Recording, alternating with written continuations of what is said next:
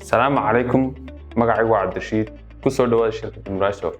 maanta waxaan ka hadli doonaa labada mikrofon waxay ka caawinayaan inaad si fudud aad ugu duubto codkaaga markaad isticmaalaysid mobilka iPhone-ka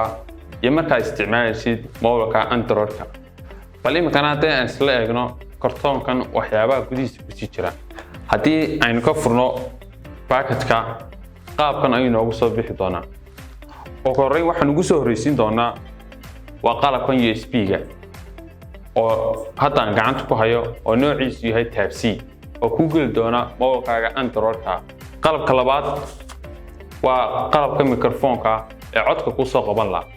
kaasoo aad meel fog inta istaagtid aad si fiican aad ugu duubto codkaaga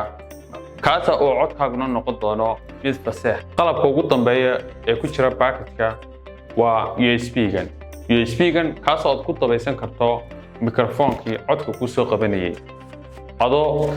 qaabka u gelin doona isla markaana halka ka charger garin doona